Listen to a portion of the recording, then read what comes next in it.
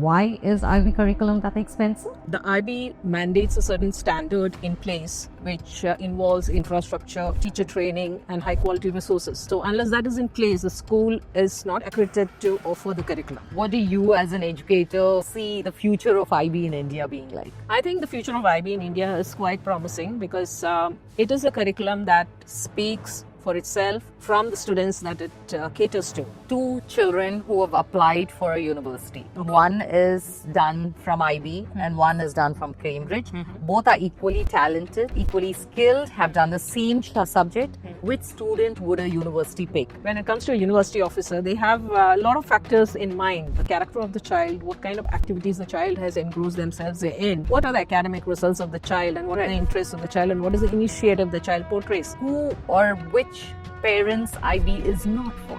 So if you think you cannot meet the requirements of the academic fees, yes, you may have to think again about opting for the IB.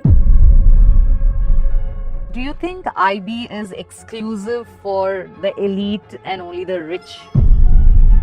I wouldn't say that because IB is a very inclusive program and IB doesn't let any child be left behind. IB is open to all students to take it. If I want my daughter to attend any of the competitive exams in India, IB is not the route.